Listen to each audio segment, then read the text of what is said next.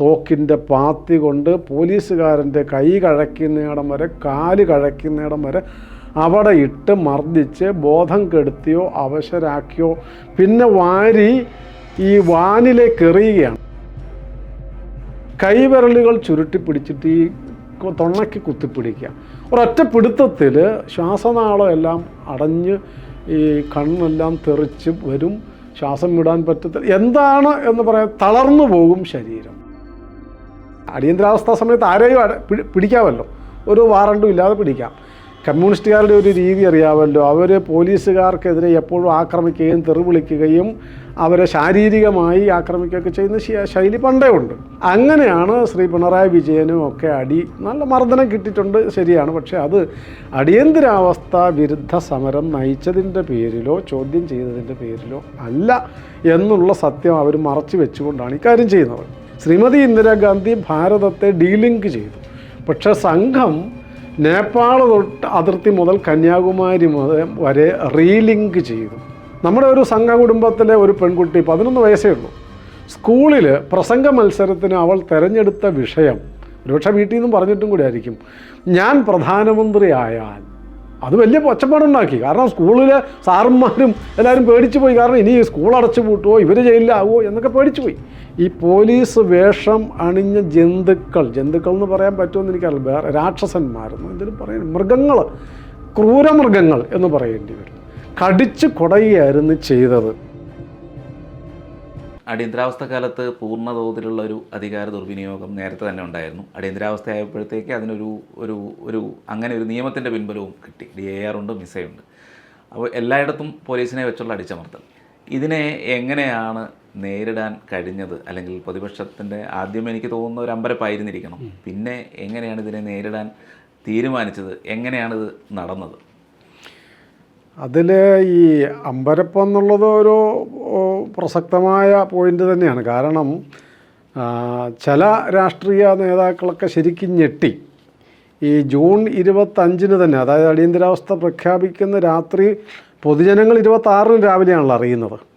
25 തന്നെ മിക്കവാറും നേതാക്കളെ അറസ്റ്റ് ചെയ്ത് ജയിലിലാക്കിയിരുന്നു.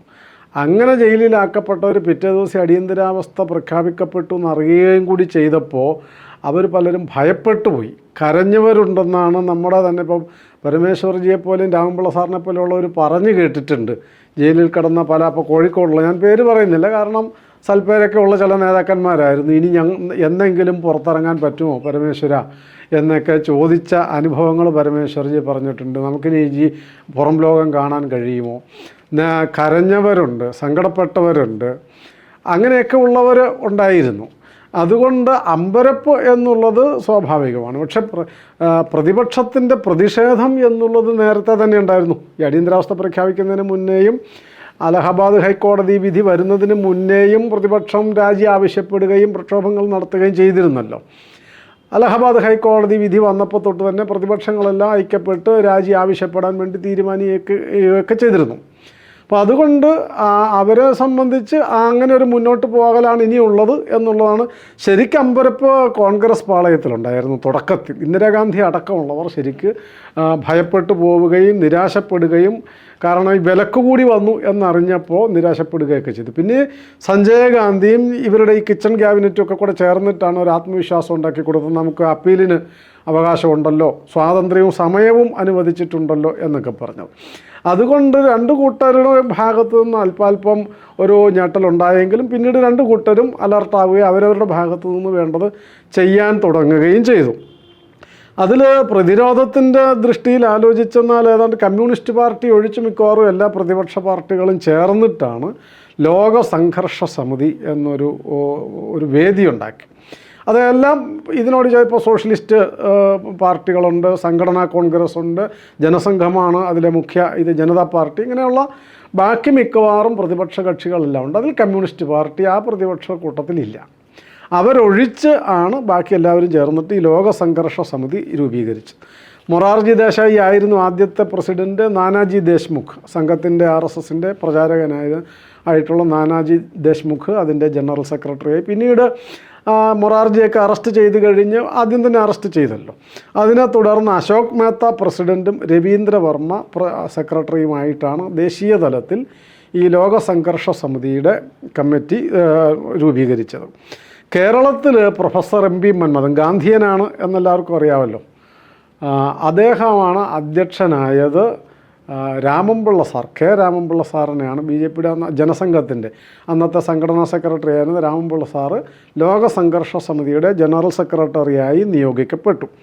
2 തരം പ്രവർത്തനമാണ് ആസൂത്രണം ചെയ്തത്. ഒന്ന് അണ്ടർഗ്രൗണ്ട് വർക്ക്, രഹസ്യ പ്രവർത്തനങ്ങൾ ആസൂത്രണം ചെയ്യുക. കാരണം ഏത് പ്രവർത്തനവും ആസൂത്രണം ചെയ്യണമെങ്കിൽ രഹസ്യമായിട്ടേ പറ്റുള്ളല്ലോ, പരസ്യമായിട്ട് ചെയ്യുന്നതൊക്കെ പിടിക്കപ്പെടും. അപ്പോൾ അതുകൊണ്ട് രഹസ്യമായി പ്രവർത്തിക്കുകയും അതിനൊരു ഇടമുറിയാത്ത അണിമുറിയാത്ത ഒരു നെറ്റ്വർക്ക് ഉണ്ടാവുകയും വേണം. ഒരു തരത്തിൽ അത് പിന്നീട് ഈ ഗവേഷകന്മാരൊക്കെ പഠിക്കേണ്ട ഒരു സാധനമാണ്. ലോക സംഘർഷ സമിതിയുടെ ഒരു നെറ്റ്വർക്കിനെയും ഇന്ദിരാഗാന്ധിക്ക് ഒരു കണ്ണി പോലും പൊട്ടിക്കാൻ പറ്റിയിട്ടില്ല. ഈ അടിയന്തരാവസ്ഥ കഴിയുന്നിടം വരെ ഒന്നും ചെയ്യാൻ പറ്റില്ല. അറസ്റ്റ് ചെയ്യണ്ട എന്ന് തീരുമാനിച്ച് ആരും അറസ്റ്റ് ചെയ്തിട്ടില്ല. 2 കൂട്ടരെയാണ് പ്രത്യേകിച്ചും അറസ്റ്റ് വരിക്കാൻ. ഇപ്പോൾ ജയിലിൽ പോകേണ്ടവരാരൊക്കെയാണ് എന്നൊക്കെ തീരുമാനിച്ചിരുന്നു സംഘത്തിൻ്റെ ഭാഗത്ത് നിന്ന്. ബാക്കിയുള്ളവർ അവരാണല്ലോ തീരുമാനിക്കും. സംഘത്തിൻ്റെ ഭാഗത്തു നിന്ന് സംഘചാലക, കാര്യവാഹക അറസ്റ്റ് വരിക്കണം. പ്രചാരകന്മാർ നിശ്ചയിക്കപ്പെട്ടവരെല്ലാം ഒളിവിൽ പോകണം. ഇപ്പോൾ പരമേശ്വർജിയെ പോലെയുള്ളവർ ആ നിലയിൽ ഒളിവിൽ പോകണം എന്ന് പറഞ്ഞാൽ ആരോഗ്യ പ്രശ്നം കൊണ്ട് പിന്നീട് കുറേ നാൾ കഴിഞ്ഞ് അറസ്റ്റ് വരിക്കാൻ തീരുമാനിക്കുകയും ചെയ്ത്. കാരണം ചികിത്സയൊക്കെ ആവശ്യമുള്ളൂ. അതുകൊണ്ട് ഒളിവിൽ താമസിച്ചിട്ട് ഇതെല്ലാം കൊണ്ട് നടക്കാൻ പറ്റത്തില്ലെന്ന്. അപ്പോൾ ഇങ്ങനെ 2 തരം വർക്കാണ്, പ്രവർത്തനമാണ്, നെറ്റ്വർക്കാണ് ആസൂത്രണം ചെയ്തത്. മറ്റൊരു പ്രധാന സംഗതി, ഈ ഇന്നത്തെ പോലെ മൊബൈൽ, ഇമെയിൽ, ഇൻ്റർനെറ്റ് ഒന്നും ഇല്ലല്ലോ. അപ്പോൾ അതുകൊണ്ട് എങ്ങനെ ആശയം കൈമാറും? ആശയം കൈമാറാൻ 3 മാർഗങ്ങളാണ് ഉപയോഗിച്ചത്. 3 മാർഗമല്ല, 3 ഉപാധികൾ. ഒന്ന്, 3 കൂട്ടരാണ് ഒളിവിൽ പ്രവർത്തിക്കുന്ന, അവർക്ക് ആശയങ്ങൾ കിട്ടണം. എങ്ങനെ കൈമാറി കിട്ടുക അല്ലാതെ ഒരു മാർഗ്ഗവും ഇല്ല. കത്തയക്കാൻ പറ്റില്ല, SMS അയക്കാനോ ഇമെയിൽ അയക്കാനോ സംവിധാനമോ ഫോണോ ഒന്നുമില്ല. അപ്പോൾ ഒരാളിൽ നിന്ന് അടുത്ത ആളിലേക്ക് പോലീസ് പിടിക്കാതെ എത്തിക്കണം. അപ്പോൾ അതിന് ചില രേഖകൾ തന്നെയാണ് കൊടുക്കേണ്ടതെങ്കിൽ അത്തരം ഒളിവിൽ പ്രവർത്തിക്കുന്നവർക്ക് വേണ്ടി സുദർശനം എന്ന പേരിൽ ഒരു രഹസ്യരേഖകൾ, അതിനെല്ലാത്തിനും കൂടി പറയുന്നത് പേര് സുദർശനം എന്നാണ്. ജയിലിൽ കിടക്കുന്നവർക്ക് ആശയവിനിമയം നടക്കണം. പോലീസ് അറിയാതെ, ജയിലർമാരറിയാതെ, IB ഇൻ്റലിജൻസ് ഒന്നും അറിയാതെ ജയിലിൽ കിടക്കുന്നവർക്ക് ആശയം കിട്ടുകയും അവരുടെ കാര്യങ്ങൾ ഇങ്ങോട്ട് കിട്ടുകയും വേണം. അതിനുവേണ്ടി സെല്ലുലാർ എന്ന് പറയുന്ന ഒരു സാധനം ഉണ്ടാക്കി. 3ാമത്, പൊതുജനങ്ങളിൽ ഈ അടിയന്തരാവസ്ഥയുടെ ക്രൂരതകളും നടപടികളും അതിന് എതിരെ നടത്തുന്ന പ്രവർത്തനങ്ങൾ അവരെ അറിയിക്കണമല്ലോ, പൊതുജന പിന്തുണ കിട്ടണമല്ലോ. അതിനു വേണ്ടിയാണ് കുരുക്ഷേത്രം എന്ന ഒരു ലഘുലേഖ 2 ആഴ്ചയിലൊരിക്കൽ അടിച്ച് അത് കൈ മാറിയാണ് കൊടുക്കുന്നതെന്ന് വിചാരിക്കണം. അതിൻ്റെ രസം എന്താണെന്ന് വെച്ചാൽ, ഇത് പോലീസ് സ്റ്റേഷനുകളിൽ വരെ ഈ സാധനം കിട്ടിയിട്ടുണ്ട്. ഇത് കണ്ടാൽ ആരുടെയും കൈവശം കുരുക്ഷേത്രം എന്ന് പറയുന്ന ലഘുലേഖ കണ്ടാൽ അയാൾ അകത്താണ്.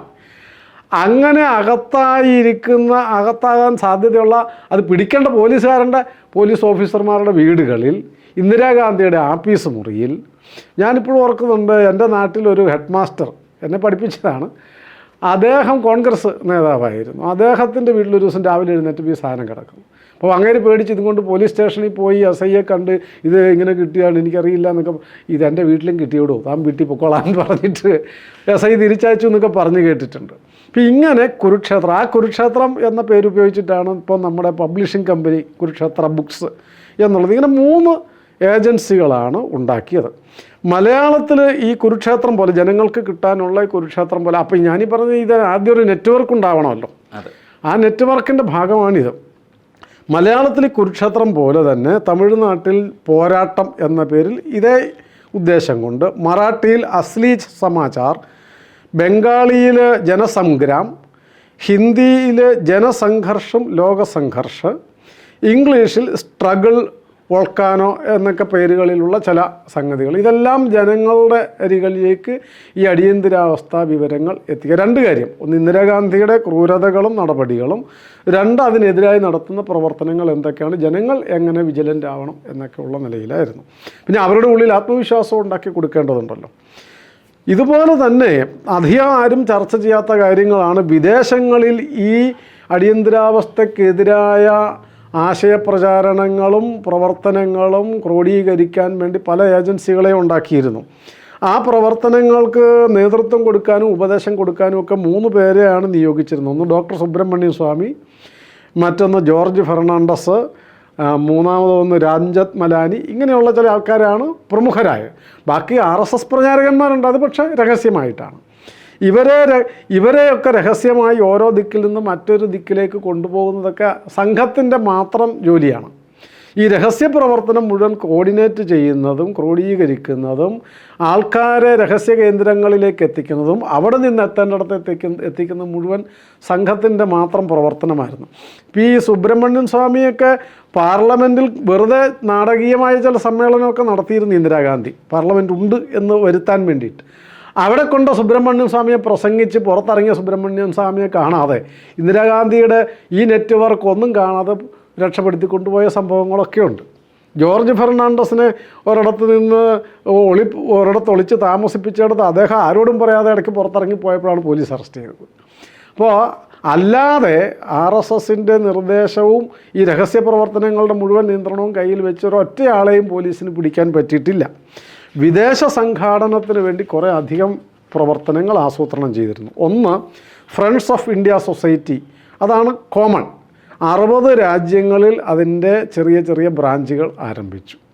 ഇന്ത്യൻ അസോസിയേഷൻ ഓഫ് ഡെമോക്രസി അമേരിക്കയിൽ, ഫ്രീ JP ക്യാമ്പയിൻ എന്ന് പറഞ്ഞ് ലണ്ടനിൽ, ഈ ഫ്രണ്ട്സ് ഓഫ് ഇന്ത്യ സൊസൈറ്റി കൂടാതെ alliance against fascist dictatorship in India എന്ന് പറഞ്ഞിട്ടും ഒക്കെ പല രാജ്യങ്ങളിലും ഇതുപോലെ ഏജൻസികൾ ഉണ്ടാക്കുകയും അവിടെ ആ നാട്ടിൽ ജനാധിപത്യത്തിന് വേണ്ടി വാദിക്കുകയും അവരുടെ ആ നാട്ടിലെ ഗവൺമെൻറ്റിൻ്റെയും കക്ഷികളുടെയൊക്കെ അരികിൽ ഈ അടിയന്തരാവസ്ഥയുടെ കൊള്ളരുതായ്മകൾ വെളിപ്പെടുത്തി കൊടുക്കുകയൊക്കെ ചെയ്യുക, ക്യാമ്പയിൻ നടത്തുക എന്നുള്ളതായിരുന്നു ഇതിൻ്റെയൊക്കെ പ്രവർത്തനത്തിൻ്റെ ഉദ്ദേശം.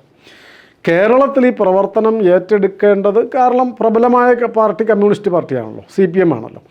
അതുകൊണ്ട് CPM അല്ലെങ്കിൽ നേതൃത്വം ഏറ്റെടുക്കണമെന്നും EMS തന്നെ ഈ ലോകസംഘർഷ സമിതിയുടെ നേതാവാകണം എന്ന് അഭ്യർത്ഥിക്കാൻ വേണ്ടി ജനസംഘത്തിൻ്റെയും ലോകസംഘർഷ സമിതിയുടെയും സംഘടനാ സെക്രട്ടറി രാമൻപിള്ള സാർ പാലക്കാട്ട് നിന്ന് കൃഷ്ണദാസ് എന്ന് പറയുന്ന പാർട്ടി നേതാവ് മുഖാന്തിരം തിരുവനന്തപുരത്ത് EMSനെ കാണാൻ ശ്രമിച്ചു. രഹസ്യമായിട്ട് കാണാൻ അനുവാദം ചോദിച്ച് തിരുവനന്തപുരത്ത് ചെന്നു. പക്ഷെ അവിടെ ചെന്നപ്പം EMS പറഞ്ഞു പോലീസ് അന്വേഷിക്കുന്ന ഒരാളെ കാണാൻ താല്പര്യമില്ല എന്ന്. MLA ഹോസ്റ്റലിൻ്റെ 25 നമ്പർ മുറിയിൽ വെച്ച് EMS അല്ല പറഞ്ഞത്, EMSന് വേണ്ടി VS അച്യുതാനന്ദൻ പറഞ്ഞു, രാമൻപിള്ള സാറിനോട് പറഞ്ഞു. അങ്ങനെ ഒരാൾ, നിങ്ങളെയൊക്കെ പോലീസ്, അപ്പം ഞങ്ങളെ അന്വേഷിക്കുന്നില്ല എന്നാണ് അവർ പരസ്യമായിട്ട് നിൽക്കുകയാണല്ലോ. ഞങ്ങളെ പോലീസ് അന്വേഷിക്കുന്നില്ല, നിങ്ങളെ പോലീസ് അന്വേഷിക്കുന്ന രഹസ്യമായി നിങ്ങൾ ഒളിച്ചു നടക്കുന്ന ഒരാളാണ്. അപ്പം അങ്ങനെ ഒരാളെ കാണാൻ EMSന് താല്പര്യമില്ല എന്ന് പറഞ്ഞ് നിഷേധിക്കുകയാണ് ചെയ്തത്. അവരത് ഏറ്റെടുത്തതുമില്ല. പിന്നെ വേറെ 1-2 രസകരമായി പ്രതിരോധത്തിൻ്റെ ഇടയിൽ ഊർന്നു പോയ ചില കാര്യങ്ങളുണ്ട്.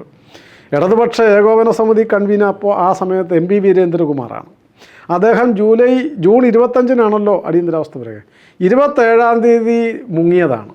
പിന്നീട് അടിയന്തരാവസ്ഥയ്ക്ക് ശേഷമേ അദ്ദേഹം പൊങ്ങി വന്നിട്ടുള്ളൂ. ഏകോപനമൊക്കെ അദ്ദേഹം മാറ്റിവെച്ച് തൻ്റെ തടി കേടാവാതിരിക്കാൻ നോക്കുകയായിരുന്നു ചെയ്തത്.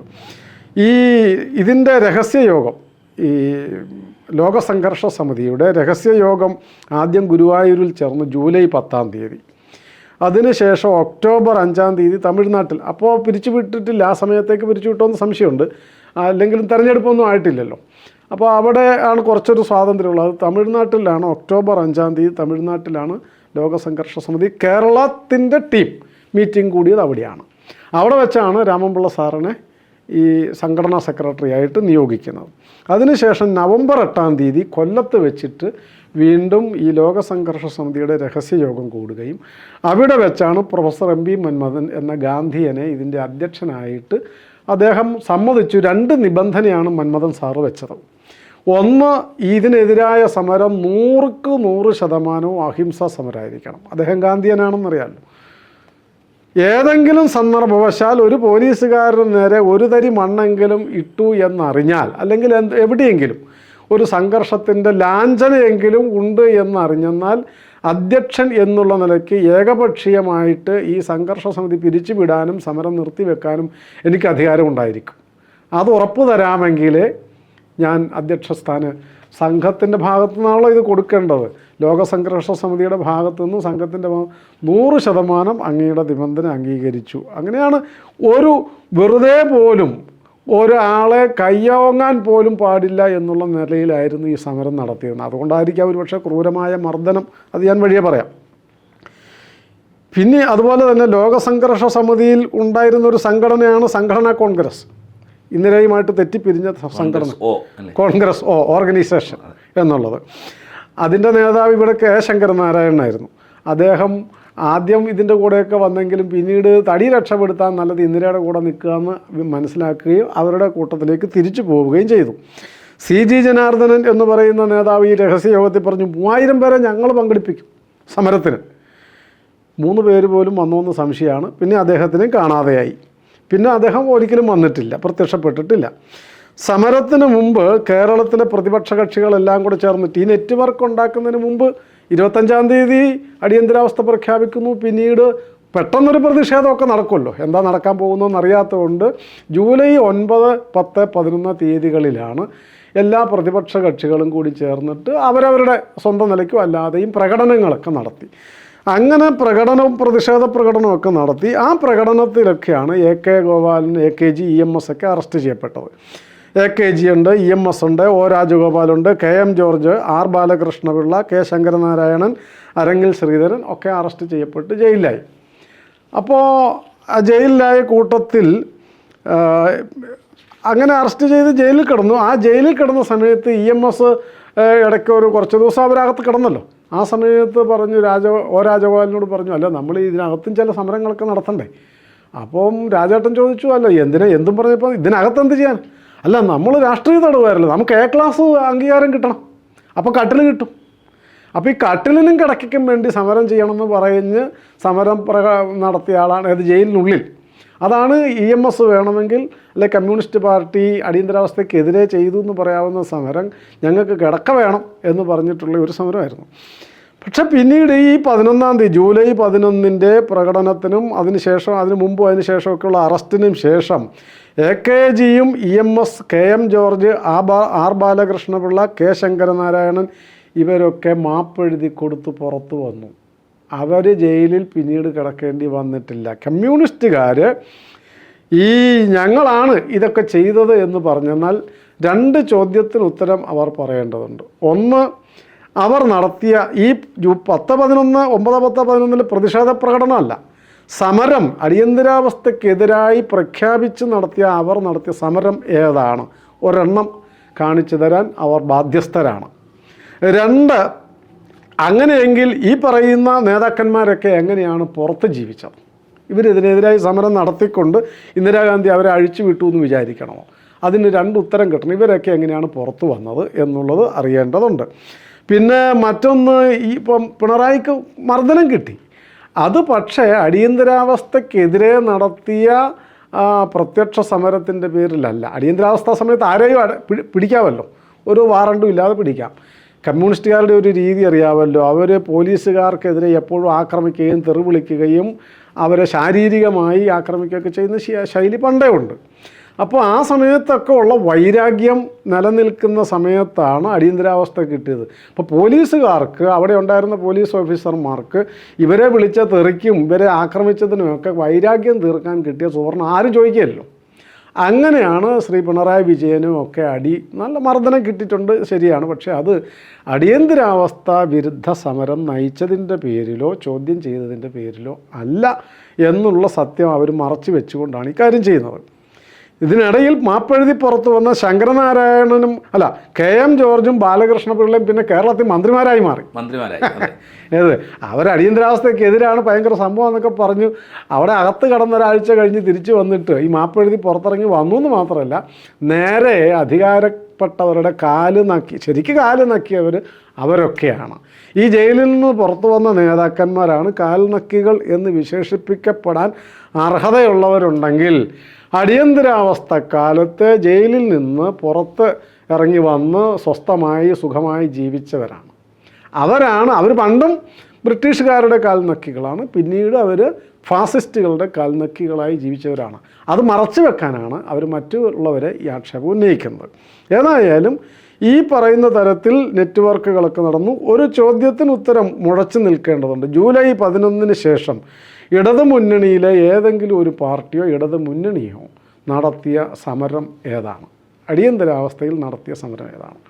ഇതാണ് ഈ നെറ്റ്വർക്ക് എന്നുള്ള നിലയിൽ ചെയ്തതും അതിനിടയിൽ വന്ന ചില ഇവരുടെ കുതികാൽ വെട്ടും ഒക്കെ ഇതാണ്. ഞാൻ പറഞ്ഞു 2 തരം സത്യാഗ്രഹ സമയത്ത് 2 തരം പ്രവർത്തനമാണ് നടത്തിയത് എന്ന് പറഞ്ഞു. ഒന്ന് ഒളിവിൽ ഈ നെറ്റ്വർക്ക് ആസൂത്രണം ചെയ്യുക, 2 പ്രത്യക്ഷ സമരം നടത്തുക എന്നുള്ളത്. അതിൽ രസം ലോകസംഘർഷ സമിതി വിശേഷിച്ചും ജനസംഘം മുന്നോട്ട് വെച്ച സമര രീതി, ഓരോ അംഗവും സമരത്തിന് വരുന്നയാൾ 10 രൂപ ഇങ്ങോട്ട് തരണം. 10 രൂപ തന്ന് തല്ലുകൊള്ളാൻ, അന്ന് 10 രൂപ തീരെ ചെറിയ പൈസയല്ല, 10 രൂപ തന്ന് തല്ലുകൊള്ളാൻ മെമ്പർഷിപ്പ് എടുക്കുന്നത് അറിഞ്ഞുകൊണ്ട്, തല്ലുകൊള്ളാനോ മരണം വരിക്കാനോ, പലരും മരിച്ചല്ലോ. അപ്പോൾ അത് അടികൊള്ളാനും ജയിലിൽ പോകാനും മരണം വരിക്കാനും ഫീസ് തന്നിട്ട് ചേർന്നു എന്ന് പറഞ്ഞ ഒരു സംഗതിയുണ്ട്. അതുപോലെ തന്നെ പ്രതിജ്ഞയുണ്ട്. അവർ പ്രതിജ്ഞയും എടുക്കണമായിരുന്നു. അഹിംസാ സമരം നടത്താം, ദൈവനാമത്തിൽ സത്യപ്രതിജ്ഞ ചെയ്തുകൊണ്ട് നാടിന് വേണ്ടി എൻ്റെ ജീവിതവും ജീവനും ഒക്കെ ബലി അർപ്പിക്കാൻ തയ്യാറാണെന്നുള്ള അർത്ഥം വരുന്ന പ്രതിജ്ഞയും എടുത്തിട്ട് വേണമായിരുന്നു ഒരു സമരത്തിന് വരാൻ. ഇതൊന്നും ഒരു രാഷ്ട്രീയ പാർട്ടിക്കും പരിചയമുള്ള സാധനമല്ല ഇങ്ങനത്തേത്. 2, ആ സമരത്തിന് പോകുന്നവർ ഗാന്ധിജിയുടെ ബാഡ്ജ് ധരിക്കണം. മഹാത്മാഗാന്ധി കി ജയ്, ഭാരത് മാതാ കി ജയ്, ഈ 2 മുദ്രാവാക്യമാണ് വിളിക്കാൻ പാടുള്ളൂ. അവർ അങ്ങനെ മുദ്രാവാക്യം വിളിച്ച് വരിയായി പോകണം. അല്ലെങ്കിൽ പോലീസ് അറസ്റ്റ് ചെയ്യാൻ വന്നാൽ കൈകൾ കോർത്ത് കിടക്കണം. അങ്ങനെയൊക്കെയുള്ള ചില ഏർപ്പാടുകളുണ്ട്. ഭാരത് മാതാ കി ജയ് എന്നേ വിളിക്കാൻ പാടുള്ളൂ. മഹാത്മാഗാന്ധിക്കും കി ജയ് വിളിക്കാം. ഈ അടുത്ത കാലത്ത് രാഹുൽ ഗാന്ധി ഭാരത് മാതാ കി ജയ് വിളിക്കുന്നത് തെറ്റാണ് എന്നോ മറ്റൊരു പരാമർശം നടത്തിയിട്ടുണ്ട്. അവർക്ക് സഹിക്കത്തില്ല. കാരണം അദ്ദേഹത്തിൻ്റെ മുത്തശ്ശി ഈ ക്രൂരമായി പീഡിപ്പിച്ചതാണ് ഭാരതമാതാവിനെ. അപ്പോൾ അതിന് ജയ് വിളിക്കുന്നത് ഒരു കോൺഗ്രസ്സുകാരൻ സഹിക്കുന്ന കാര്യമല്ല. നെഹ്റു കുടുംബത്തിലുള്ള ആളിന് ഒട്ടും സഹിക്കുന്ന കാര്യം അല്ല, ഇന്ദിരാ കുടുംബത്തിലുള്ളവർ. അതുകൊണ്ടാണ് അവർ ഭാരത് മാതാ കി ജയ് എന്ന് വിളിക്കുക. അറസ്റ്റ് ചെയ്ത് കൊണ്ടുപോകുന്ന ആൾക്കാർ ഭാരത് മാതാ കി ജയ് വിളിക്കുമ്പം പോലീസുകാർ അടി കൊടുത്തിട്ട് ചത്ത ഗാന്ധിക്കല്ലടാ കി ജയ് വിളിക്കേണ്ടത്, ജീവിച്ചിരിക്കുന്ന ഗാന്ധിക്ക് കി ജയ് വിളിക്കുക എന്നും പറഞ്ഞ് മർദ്ദിച്ച സംഭവങ്ങളൊക്കെ റിപ്പോർട്ട് ചെയ്തിട്ടുണ്ട്. ഈ സത്യാഗ്രഹത്തിൽ 44,965 പേരാണ് സത്യാഗ്രഹം നടത്തി അറസ്റ്റ് വരിച്ചത്. MISA, maintenance of internal security act പ്രകാരം 1.25 ലക്ഷം പേര് അറസ്റ്റ് വരിച്ചിട്ടുണ്ട്. ഇത് കേരളത്തിലെ മാത്രമല്ല, മൊത്തമാണ് ഞാൻ പറയുന്നത്. അറസ്റ്റ് വരികയല്ല, ജയിലിൽ അറസ്റ്റ് ചെയ്ത് ജയിലിൽ കിടന്നിട്ടുണ്ട്. മറ്റു തരത്തിൽ പിടിച്ചോണ്ട് പോയി രേഖപ്പെടുത്താതെയും അല്ലെങ്കിൽ വേറെ ഏതെങ്കിലും പറഞ്ഞിട്ടുമൊക്കെ സമരം നടത്തിയെന്നൊക്കെ പറഞ്ഞ് കൊണ്ടുപോയത് 1,02,980. ഇത്ര ആൾക്കാർ ജയിലിൽ അടക്കപ്പെട്ടിട്ടുണ്ട് വേറെ. ഇതാണ് ജയിലിനകത്ത് സംഭവിച്ചത്. അണ്ടർഗ്രൗണ്ട് വർക്ക്, രഹസ്യ പ്രവർത്തനം നടത്തിയത് 40,000-ലധികം ആൾക്കാരാണ്. 360 അന്ന് ഈ സമരം നടത്താൻ നിശ്ചയിച്ചിരുന്നത് എല്ലാ ജില്ലാ കേന്ദ്രങ്ങളിലും നടത്തണം, പറ്റാവുന്നത്ര പഞ്ചായത്ത് കേന്ദ്രങ്ങളിലും നടത്തണം സത്യാഗ്രഹം. അതിൽ 2 ആഴ്ചയിലൊരിക്കൽ. അതാണ് അതിന് ബാച്ചുകൾ കാരണം ഇത് അടിവാങ്ങാൻ പോവുകയാണ്. അടി എന്ന് പറഞ്ഞാൽ വെറുതെ ലാത്തി ചാർജൊന്നും അല്ലല്ലോ. ക്രൂരമായ പീഡനം, ജീവിതം നഷ്ടപ്പെടും, കുടുംബം തകർത്ത് കളയും, ഇങ്ങനെ ഒത്തിരി എല്ലാ പരീക്ഷണങ്ങളും മുമ്പിൽ നിൽക്കുകയാണ്. അതുകൊണ്ട് ഓരോ ആളിനെയും മാനസികമായി തയ്യാറാക്കിയിട്ട് വേണം സമരഭടനാക്കി നിശ്ചയിച്ച് കൊണ്ടുപോകാൻ. അത്ര എളുപ്പമൊന്നുമില്ല. അതുകൊണ്ടാണ് മറ്റ് രാഷ്ട്രീയ പാർട്ടികളിൽ നിന്ന് അവർ പറഞ്ഞ എണ്ണം ഒന്നും വരാൻ പറ്റാതെ പോയത്. സ്വയം സേവകർക്ക് ഇത് അവൻ മാനസികമായി ഏത് ത്യാഗവും സഹിക്കുക എന്നുള്ളത് ശീലമായതുകൊണ്ട്, അഥവാ സ്വയം സേവകനാകുമ്പോൾ മുതൽ പറഞ്ഞും പഠിച്ചും കേട്ടു പോരുന്ന സാധനമാണ്. അതുകൊണ്ട് അവർക്ക് അങ്ങനെ ഒരു ഗുരുതരമായ സാഹചര്യം വരുമ്പോൾ നാടിന് വേണ്ടി ഇത് ചെയ്യണം എന്ന് പറയുമ്പോൾ അവർ കേട്ട കാര്യത്തിനെ നടപ്പാക്കാൻ കിട്ടിയ സന്ദർഭമാണ്. അതുകൊണ്ടാണ് സ്വയം സേവകർക്ക് ഇത് സാധിച്ചത്. അപൂർവം അല്ലാത്തവരുണ്ട്, അത് ഞാൻ വഴിയെ പറയാം.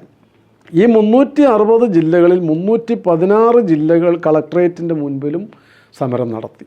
പറ്റാവുന്ന 100 കണക്കിന് പഞ്ചായത്ത് കേന്ദ്രങ്ങളിലും നടത്തി. സമരം നടത്താൻ നിശ്ചയിച്ചിരുന്നത് 1975 നവംബർ 14, എന്നൊരു വിശേഷ ദിവസമാണല്ലോ. ഈ ജനാധിപത്യത്തിൻ്റെ അപ്പോസ്തലൻ, മതേതരത്വത്തിൻ്റെ കൺകണ്ട ദൈവം എന്നൊക്കെ പറയുന്ന ജവഹർലാൽ നെഹ്റുവിൻ്റെ ജന്മദിനമാണ്.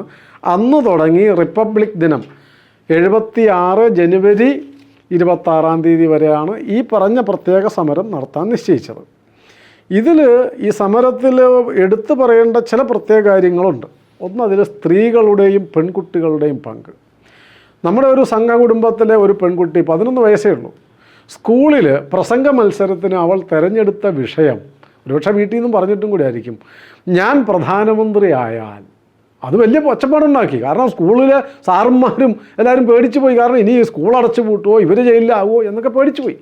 ഒരു സംഘ കുടുംബത്തിലെ പെൺകുട്ടി അടക്കം, ഞാൻ പറഞ്ഞത് അവരുടെ അടക്കം പങ്കുണ്ട്.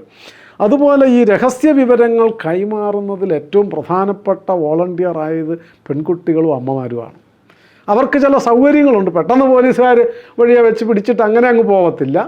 പിടിച്ചു നിർത്തിയാലും പരിശോധനയ്ക്കൊരു പരിമിതിയൊക്കെ ഉണ്ട്. ഒറ്റയടിക്ക് സമരം നടത്തിയവരെ മർദ്ദിച്ചതൊക്കെ ഉണ്ട്. അതുകൊണ്ട് പെൺകുട്ടികളെയും സ്ത്രീകളെയാണ് രഹസ്യം കൈമാറാൻ വേണ്ടി ഏറ്റവും കൂടുതൽ ഉപയോഗിച്ചത്. ചില പെൺകുട്ടികൾ ഇപ്പോൾ പാല് വീട്ടിൽ നിന്ന് കറന്ന് കടയിൽ കൊണ്ട് കൊടുക്കുന്ന സന്ദർഭങ്ങളൊക്കെ ഉണ്ടാവും. അപ്പം 2 പാത്രം പാലും കൊണ്ടാണ് പോവുക. സത്യത്തിൽ ഒരു പാത്രത്തിലേ പാലുള്ളൂ, ഒരു പാത്രത്തിൽ രഹസ്യരേഖകളായിരിക്കും. ജയിലിൽ ഈ അത്യാവശ്യം മരുന്നോ സാധനങ്ങളോ കൊണ്ട് കൊടുക്കാൻ സ്ത്രീകൾക്ക് അനുവാദമുണ്ട്, ജയിലിൽ കിടക്കുന്നവർക്ക് കൊടുക്കാൻ വേണ്ടി. അങ്ങനെ പോകുമ്പം അവർ ഈ മരുന്നാണ് എന്നൊക്കെ പറഞ്ഞ് കൊണ്ടുപോയി കൊടുക്കുന്ന പല സാധനങ്ങളിലും രഹസ്യ വിവരങ്ങളും ഉണ്ടാവും. ഇങ്ങനെ സ്ത്രീകൾ പങ്കാളികളായിട്ടുണ്ട്. അമ്മയും മകളും അറസ്റ്റ് വരിച്ചവരുണ്ട്. കൈക്കുഞ്ഞുമായിട്ട് യുവതി സമരത്തിന് പങ്കെടുത്ത സന്ദർഭങ്ങൾ റിപ്പോർട്ട് ചെയ്തിട്ടുണ്ട് കേരളത്തിൽ. ഇത് ഞാൻ ഈ പറയുന്ന സംഭവങ്ങളെല്ലാം കേരളത്തിൽ മാത്രമാണ്. വീടിൻ്റെ തട്ടുംപുറത്ത് അമ്മമാരുടെ ഒരു സഹായം ഒന്ന് ആലോചിച്ച് നോക്കുക. മാസങ്ങളോളം രഹസ്യമായിട്ട് ഒരാളിനെ വീടിൻ്റെ തട്ടുംപുറത്തോ വീടിനുള്ളിലോ, ചെറിയ വീടായിരിക്കാം, വലിയ വീടൊന്നും ആയിരിക്കില്ല, അങ്ങനെ ഒരാളെ താമസിപ്പിച്ചിട്ട് അയാൾക്ക് ആഹാരം കൊടുത്തും അയാളുടെ വസ്ത്രം നനച്ച് കൊടുത്തും അയാളെ പുറത്തൊരു ജീവി അറിയാതെ കാത്തു സൂക്ഷിച്ചിട്ടും ഒക്കെ ഒരു ദിവസമല്ലല്ലോ, ഒരാഴ്ചയോ ഒരു മാസമല്ല, മാസങ്ങളോളം അങ്ങനെ താമസിപ്പിച്ച ആ അമ്മമാരുടെ മനസാന്നിധ്യം പല വീടുകളിലും പോലീസൊക്കെ വന്നിട്ടുണ്ട്. മറ്റ് ആൾക്കാർ വീടുകളിൽ വിശേഷം ബന്ധുക്കൾ വന്ന സന്ദർഭങ്ങളുണ്ട്. ആ ബന്ധുക്കൾ അറിയാതെ ഒരു മുറിയിൽ നമ്മുടെ സ്വയംസേവകരെ അടച്ചിട്ടിട്ട് അത് തുറക്കാതിരിക്കാൻ എന്തെല്ലാം അടവുകൾ എടുക്കേണ്ടി വന്നിട്ട് അങ്ങനെ ഒത്തിരി അനുഭവങ്ങളുണ്ട്. ഞാനത് ഒരാളുടെയെങ്കിലും പേര് ഞാൻ പറയാത്തത് മനഃപൂർവ്വം, പറഞ്ഞെന്നാൽ ഒത്തിരി പേരുടെ പേര് വിട്ട് കളയേണ്ടി വരും. അത് ശരിയല്ലാത്തത് കൊണ്ടാണ്. അങ്ങനെ അനേകം അമ്മമാർ അനുഭവിച്ച ശ്വാസം മുട്ടലും തീ തിന്നുക എന്ന് നമ്മൾ പറയില്ല, അക്ഷരാർത്ഥത്തിൽ തീ വിഴുങ്ങികളായി ജീവിച്ച അമ്മമാർ അടിയന്തരാവസ്ഥ വിരുദ്ധ സമരത്തിൻ്റെ ഏറ്റവും നിർണായകമായ പങ്ക് വഹിച്ചവരാണ്. അതുപോലെ തന്നെ ഈ പ്രചാരകന്മാർ, RSSൻ്റെ പ്രചാരകന്മാരുടെ രീതി അറിയുന്നവർക്കറിയാമല്ലോ. അവർക്ക് ശമ്പളമില്ല, അവർ സ്വന്തമായിട്ട് കിടപ്പാടമോ ഒന്നും ഉണ്ടാവില്ല. അപ്പോൾ അവർ വീടുകളിലാണ് താമസിക്കുന്നത്. അവരുടെ ഈ ദൈനംദിന യാത്രയ്ക്ക് പൈസ കൊടുക്കുന്നത് കാര്യാലയങ്ങളിൽ നിന്ന് നിശ്ചിത പൈസയാണ്, മിനിമം പൈസയാണ്, ആഹാരം, അത്യാവശ്യം മരുന്നോ കാര്യത്തിനോ. അത് നിന്നുപോയല്ലോ, അടിയന്തരായ ഈ കാര്യാലയങ്ങളെല്ലാം പൂട്ടിയതുകൊണ്ട്. ആ അക്കൗണ്ട് മുഴുവൻ കൈകാര്യം ചെയ്യുക, അണപായി കണക്ക് തെറ്റാതെ കൈകാര്യം ചെയ്യുന്ന അമ്മമാരായിരുന്നു. അപ്പം ഇങ്ങനെ ഒത്തിരി പ്രവർത്തനം അവരുടെ കാര്യങ്ങളിൽ ചെയ്തിട്ടുണ്ട്. അതുപോലെ ഈ ഒരു കൂട്ടരെ കൂടെ എടുത്തു പറയേണ്ടതുണ്ട്. ഈ മർദ്ദനത്തിൻ്റെ കാര്യം ഞാൻ പറയാം. മർദ്ദിച്ചു എന്ന് ഞാൻ പറഞ്ഞല്ലോ. അതിക്രൂരമായ മർദ്ദനം നടന്നതിന് ശേഷം മിക്കവാറും ജീവച്ഛവങ്ങളായിട്ട് ചണ്ടികളായിട്ടാണ് പുറത്തേക്ക് വരുന്നത്. അവരെ ഒരു പൈസ പോലും വാങ്ങാതെ ആഴ്ചകളോളം മാസങ്ങളോളം തിരുമ്മിയ വൈദ്യന്മാർ, കളരി ചികിത്സകന്മാർ, ആയുർവേദ വൈദ്യന്മാർ, അലോപ്പതി ഡോക്ടർമാർ, അവർ നടത്തിയ സേവനം ഒരിക്കലും അവഗണിക്കാൻ പറ്റുന്നതല്ലെന്ന് മാത്രമല്ല സുവർണ ലിപികളിൽ രേഖപ്പെടുത്തേണ്ടതാണ്. ഒരു പൈസ പോലും വാങ്ങാതെ സംഘത്തിന് വേണ്ടി അത് ചെയ്തിട്ടുണ്ട്. ഇന്ദിരാഗാന്ധി ഈ ഒരു പ്രദേശത്തുള്ളവരെ മറ്റൊരു പ്രദേശവുമായി ബന്ധപ്പെടാതിരിക്കാൻ വേണ്ടി ശരിക്ക് അതിന് ഉപയോഗിക്കുന്ന ഒരു വാക്ക്, ഹരിയാട്ടനൊക്കെ ഉപയോഗിച്ചൊരു വാക്ക് ഡീലിങ്ക് ചെയ്യുക. ശ്രീമതി ഇന്ദിരാഗാന്ധി ഭാരതത്തെ ഡീലിങ്ക് ചെയ്തു. പക്ഷേ സംഘം നേപ്പാൾ തൊട്ട് അതിർത്തി മുതൽ കന്യാകുമാരി വരെ റീലിങ്ക് ചെയ്തു. അതിൽ മുഖ്യ പങ്ക് വഹിച്ചതും ഈ പറയുന്ന സ്ത്രീകളും സംഘടനാ നെറ്റ്വർക്കും എല്ലാം കൊണ്ടും കാണാം. സമര നേതാക്കളുടെ രഹസ്യ സങ്കേതങ്ങൾ മുഴുവൻ, അത് സ്വയംസേവകരുടെ മാത്രമല്ല, ഈ പറയുന്ന സോഷ്യലിസ്റ്റുകാരുടെയൊക്കെ അടക്കം രഹസ്യ സങ്കേതങ്ങൾ മുഴുവൻ കൈകാര്യം ചെയ്തത് RSS ആണ്. അത് വേറെ ആർക്കും കഴിയില്ലായിരുന്നു. അതാണ് ഒരു കാര്യം. ഇൻവിസിബിൾ ഇങ്ക് എന്നൊരു സാധനം ഉണ്ടായിരുന്നു. ഈ വലിയ രഹസ്യ ഗവൺമെൻറ് മേഖലകളിൽ ഉപയോഗിക്കുന്ന ഒരു സാധനം, അത് RSS ഉപയോഗിച്ചിട്ടുണ്ട് ആശയം കൈമാറാൻ വേണ്ടിയിട്ട്. അത് കിട്ടിയതൊരു പ്രത്യേക കേന്ദ്രത്തിൽ നിന്നാണ്. ഇങ്ങനെ ഒരു ഉപാധി ഉണ്ട് എന്നറിഞ്ഞത് ഒരു ഔദ്യോഗിക സ്ഥാനത്തു നിന്നാണ്. ആ സംഗതി ഉപയോഗിച്ചിട്ടും ഈ കാര്യങ്ങൾ ചെയ്തിട്ടുണ്ട്.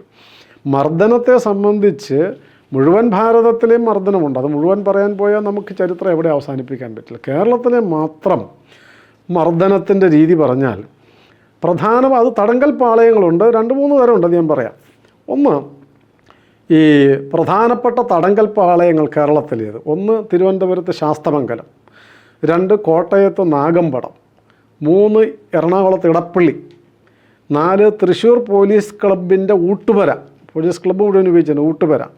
കോഴിക്കോട് 2 എണ്ണം, കക്കയം ക്യാമ്പും മാലൂർക്കുന്നും. കക്കയം ക്യാമ്പിലാണ് രാജൻ്റെ കൊല്ലപ്പെടുന്നതൊക്കെ. കണ്ണൂരിൽ തളാപ്പ്.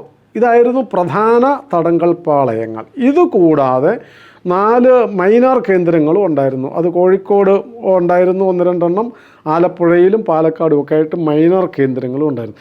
ഇവിടെയാണ് നിയമമല്ല, ഈ കരിനിയമം ഉപയോഗിച്ച് പിടിക്കുന്നവരെ മുഴുവൻ അവസാനം വരെ ഇട്ട് മർദ്ദിച്ചിരുന്നത് ഈ കേന്ദ്രങ്ങളിലാണ്. സമരസ്ഥലത്ത് ഒരു സമരത്തിലേക്ക് വരുന്നത് വലിയ ജനക്കൂട്ടം വരാനില്ലല്ലോ. 8 അല്ല 10 പേര് 11 പേര് വരെയാണ് ഈ ഓരോ ബാച്ചായിട്ട് വരുന്നത്. അതിനൊരു ബാച്ച് ലീഡറൊക്കെ ഉണ്ടാവും. അവർ വരുന്ന മുമ്പേ പറഞ്ഞ പോലെ ബാഡ്ജ് കുത്തി ഭാരതമാതാവിന് ജയ് വിളിച്ച് വരിയായിട്ട് കളക്ട്രേറ്റിൻ്റെ മുമ്പിൽ അവിടെ വരുന്നിടം വരെ ഒറ്റപ്പെട്ട് വരും, രഹസ്യമായിട്ട് വരും. അവിടെ വന്ന് നിശ്ചിത സമയമാകുമ്പോൾ ഒന്നിച്ച് പെട്ടെന്ന് വരുന്നു, വരിയായിട്ട് മുദ്രാവാക്യം വിളിക്കുന്നു. അപ്പോഴേക്കും അവിടെയെല്ലാം പോലീസ് ഉണ്ടാവും. അപ്പോൾ ഈ 8-10 പേരെ പിടിക്കാൻ ഒരു 50ഓളം 40 മുതൽ 50 വരെ പോലീസുകാരായിരിക്കും വട്ടത്തിൽ നിൽക്കുന്നത്. ആ 40-50 പോലീസുകാരുടെ ഉള്ളിൽ ചെറുക്കാത്ത, വെറുതെ പോലും കൈ ഉയർത്തി തടയാത്ത 8-10 പേരെ അവിടെ ഇട്ട് മർദ്ദിക്കും. ലാത്തി ഒടിയുന്നിടം വരെ, അല്ലെങ്കിൽ തോക്കിൻ്റെ പാത്തി കൊണ്ട് പോലീസുകാരൻ്റെ കൈ കഴയ്ക്കുന്നിടം വരെ, കാല് കഴയ്ക്കുന്നിടം വരെ അവിടെ ഇട്ട് മർദ്ദിച്ച് ബോധം കെടുത്തിയോ അവശരാക്കിയോ പിന്നെ വാരി ഈ വാനിലേക്ക് എറിയുകയാണ്. പഴയ പോലീസ് ജീപ്പല്ല, വാനുണ്ട്, ലങ്ക എന്നൊക്കെ ഞങ്ങളുടെ നാട്ടിൽ അതിന് പണ്ട് പറയാറ്. ഈ ഒരു പ്രത്യേക മോന്ത പോലെ ഇരിക്കുന്ന മുൻവശം, അങ്ങനെ അതിന് വേറൊരു പേരുണ്ട് ഈ മലബാർ ഭാഗത്ത്. ആ വാനിലേക്ക് എടുത്തെറിയുകയാണ് ചെയ്യുന്നത്. എറിഞ്ഞു കഴിഞ്ഞെന്നാൽ നേരെ പോലീസ് സ്റ്റേഷനിലേക്കല്ല പോവുക, അല്ലെങ്കിൽ ക്യാമ്പിലേക്കല്ല പോവുക. ഈ വണ്ടി നഗരം മുഴുവൻ ഇങ്ങനെ കറങ്ങും. അതെന്തിനാണെന്ന് വെച്ചാൽ വാനിലിട്ടും ഇതിന് ഇടിയാണ്, ചവിട്ടുകയും ഇടിക്കുകയൊക്കെ ചെയ്യും. മുഴുവൻ പോലീസുകാരും കഴച്ചും മടുക്കുന്നതാണ് കണക്ക്. അത് കഴിഞ്ഞിട്ടാണ് പോലീസ് സ്റ്റേഷനിലേക്ക് കൊണ്ടുവരുന്നതും ബാക്കി നടപടിക്രമങ്ങളും ഒക്കെ ചെയ്യുന്നത്. അവിടെ മറ്റ് പോലീസുകാരുണ്ടാവും. പോലീസ് സ്റ്റേഷനിലേക്ക് കൊണ്ടുവന്നു കഴിഞ്ഞാൽ അവിടെ കയ്യും കെട്ടി നിൽക്കുന്ന പോലീസുകാർ ആളാം വീതം വന്ന് അവരും വേർക്കുകയോ കൈ കഴയ്ക്കുകയോ കാലും കഴയ്ക്കുന്നിടം വരെയാണ് ക്രൂരമായ മർദ്ദനം. ആ മർദ്ദനം മുഴുവൻ സഹിച്ച് ചില സ്ഥലത്തൊക്കെ ചെയ്തിട്ടുള്ളത് ഈ മർദ്ദിച്ചിട്ട് പോലീസ് സ്റ്റേഷനിൽ കൊണ്ടുപോകില്ല. വിജന പ്രദേശങ്ങളാണ്, അവിടെ കൊണ്ട് തള്ളും. ഇപ്പോൾ കോഴിക്കോട് നിന്നൊക്കെ അറസ്റ്റ് ചെയ്തിട്ട് അവരെ കൊണ്ടുപോയി താമരശ്ശേരിക്ക് കൊണ്ടുപോയി പാതിരാത്രിക്ക്. എന്നിട്ട് വണ്ടിയിൽ കൊണ്ടുപോയി താമരശ്ശേരി ചുരം എന്ന് വെച്ചാൽ കാടാണല്ലോ, ആ കാട്ടിൽ വെളിച്ചമൊന്നും ഇല്ലാത്ത കാട്ടിൽ കൊണ്ട് തള്ളും. മഴയൊക്കെയാണ്, അവിടെ ബോധമില്ലാതെ കിടക്കുള്ളൂ. ഇപ്പോൾ റോഡിൻ്റെ സൈഡിൽ മഴയത്ത് ബോധമില്ലാതെ കിടന്ന് എപ്പോഴെങ്കിലും ബോധം ഉണർന്നാൽ രാത്രിയാണ് എവിടെയാണെന്ന് അറിയാതെ പിന്നെ തപ്പിത്തടഞ്ഞ് റോഡിൽ വന്ന് ഇങ്ങനെ പിന്നെ എപ്പോഴെങ്കിലും ഇത് മനസ്സിലായാൽ തിരിച്ച് കോഴിക്കോട്ടേക്ക് നടന്നു പോരേണ്ടി വന്നിട്ടുള്ള സമരക്കാർ, അവർ വീണ്ടും സമരം ചെയ്ത സംഭവങ്ങളുണ്ട്. വയനാട്ടിലൊക്കെ അതുതന്നെയായിരുന്നു, അറസ്റ്റ് ചെയ്ത് കാട്ടിൽ കൊണ്ട് തള്ളുക. ഇങ്ങനത്തെ തരത്തിൽ ഉള്ള അറസ്റ്റും മർദ്ദനങ്ങളും ഒക്കെ ഉണ്ടായിരുന്നു. ക്രൂരമായ മർദ്ദന മുറകൾ കേരളത്തിൽ അരങ്ങേറി. അതിലേറ്റവും പ്രധാനപ്പെട്ടതാണ് ഉരുട്ടൽ. രാജനെയൊക്കെ കൊന്നത് അങ്ങനെയാണല്ലോ.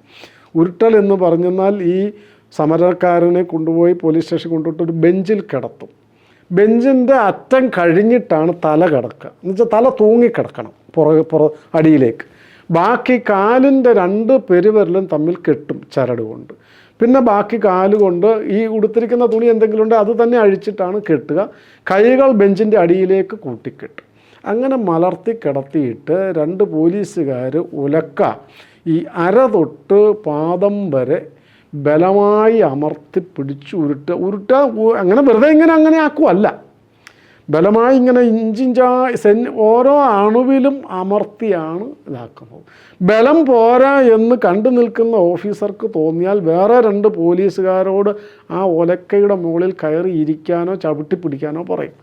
എന്നിട്ട് ഒരു ഉരുളിച്ചയ്ക്ക് തന്നെ ഞരമ്പുകൾ പൊട്ടാൻ തുടങ്ങും. അങ്ങനെ അവിടുന്ന് ഇങ്ങോട്ട് ഇവിടുന്ന് അങ്ങോട്ട് ആവർത്തിച്ചിട്ടുള്ള ഉരുട്ടൽ കഴിയുമ്പം ഏതാണ്ട് അരക്കെട്ട് മുതൽ പാദം വരെയുള്ള അസ്ഥികൾ നുറുങ്ങിയിട്ടുണ്ടാവും. ഞരമ്പ് പൊട്ടും, പേശികളെല്ലാം ചതഞ്ഞ് ഒരു ഇഞ്ചപ്പരുവ്, അക്ഷരാർത്ഥത്തിൽ ഇഞ്ചപ്പരുവാകും. അത് കഴിഞ്ഞിട്ടാണ് അഴിച്ചു വിടുന്നത്. ഇതാണ് ഉരുട്ടലിൻ്റെ രീതി എന്ന് പറയുന്നത്. ഇങ്ങനെ എത്ര പേരെയാണ് ഉരുട്ടിയിരിക്കുന്നത്. ജീവിതകാലം മുഴുവൻ പരുക്കായ കേസുകളുണ്ട്. മറ്റൊന്ന് ഈ ഹീറ്റിംഗ് എന്നാണ് ഒരു പ്രയോഗത്തിൻ്റെ പേര്. അത് ഭിത്തിയിൽ ചാരി ഇരുത്തും, കാല് രണ്ടും മുൻപോട്ട് നീട്ടിയിട്ട്, എന്നിട്ട് വിരലുകൾ പെരുവിരൽ തമ്മിൽ കെട്ടും, മുമ്പേ പറഞ്ഞ പോലെ. എന്നിട്ട് കാൽവെള്ളയിൽ ചൂരലിനടിക്കുക. ആ അടിച്ച് പഴുത്ത് വരുമ്പം വെള്ളം ഒഴിക്കും. അപ്പോൾ അത് കുമളച്ച് വരും. പിന്നെ അടിക്കുക. അങ്ങനെ അടിച്ച് പഴുപ്പിച്ചിട്ട് പിന്നെ നിൽക്കാൻ പറ്റത്തില്ലല്ലോ, കാലിങ്ങനെ പൊള്ളച്ചിരിക്കും. അതിനാണ് ഹീറ്റിംഗ് എന്നാണ് പറയുന്നത്. മറ്റൊന്ന് ഡബിൾ ആക്ഷൻ. ഇതൊക്കെ അടിയന്തരാവസ്ഥ കാലത്ത് കേരളത്തിലെ ഈ പോലീസ് വേഷം അണിഞ്ഞ ജന്തുക്കൾ എന്ന് പറയാൻ പറ്റുമെന്ന് എനിക്കറിയില്ല, വേറെ രാക്ഷസന്മാരെന്ന് ഇതിന് പറയുന്നത്, മൃഗങ്ങൾ, ക്രൂരമൃഗങ്ങൾ എന്ന് പറയേണ്ടി വരും. കടിച്ച് കുടയുകയായിരുന്നു ചെയ്തത്. ഡബിൾ ആക്ഷൻ എന്ന് പറഞ്ഞാൽ ഭിത്തിയുടെ അടുത്ത് കൊണ്ട് നിർത്തുക, ഒരല്പം അകലം ഇട്ടിട്ട്, എന്നിട്ട് കരണക്കുറ്റിക്ക് അടിക്കുക. അടി കൊള്ളുമ്പോൾ ഭിത്തിയിൽ ചെന്ന് അടിക്കും. അപ്പോൾ 2 ആക്ഷനാണ്. രണ്ടാമതൊരടി ഇല്ലാതെ ഒരു മറുവശത്തു നിന്ന് അടി കിട്ടും. ഇങ്ങനെ അടിച്ച് കരണം പൊട്ടിക്കുക എന്നുള്ളതായിരുന്നു മറ്റൊന്ന്. ക്ലിപ്പിടൽ എന്നുള്ളതാണ് വേറൊരു പ്രയോഗം. അത് കൈവിരലുകൾ ചുരുട്ടി പിടിച്ചിട്ട് ഈ തൊണ്ണയ്ക്ക് കുത്തിപ്പിടിക്കുക. ഒരൊറ്റ പിടുത്തത്തിൽ ശ്വാസനാളം എല്ലാം അടഞ്ഞ് ഈ കണ്ണെല്ലാം തെറിച്ച് വരും, ശ്വാസം വിടാൻ പറ്റത്തില്ല. എന്താണ് എന്ന് പറയാൻ, തളർന്നു പോകും ശരീരം. അങ്ങനെ പിടിച്ച് ക്രൂരമായി മർദ്ദിക്കുക. ഇതെല്ലാം പോലീസുകാർക്കൊരു വിനോദം പോലെ ചെയ്തിട്ടുണ്ട്. മറ്റൊന്ന് കാവടിയാട്ടം എന്നാണൊരു പേര്. ഇതെല്ലാം ഇവരുണ്ടാക്കിയ മർദ്ദന മുറകളാണ്. കൈകൾ രണ്ടും മുകളിലേക്ക് പിടിച്ചിട്ട് കെട്ട്, കൈ രണ്ടും മുകളിലേക്ക് നിവർത്തി പിടിപ്പിച്ചിട്ട് കെട്ടും, കാല് രണ്ടും കെട്ടും, മുട്ടും പാദത്തിൻ്റെ ഭാഗത്തും എല്ലാം കാല് രണ്ടും ചേർത്ത് വെച്ച് കെട്ടും. എന്നിട്ട് എന്താ ചെയ്യുമെന്ന് വെച്ചെന്നാൽ ഈ കൈ ഇങ്ങനെ പുറകിരിക്കുക, കൈയുടെയും പെടലിയുടെയും ഇടയ്ക്ക് കൂടെ ലാത്തി കയറ്റും.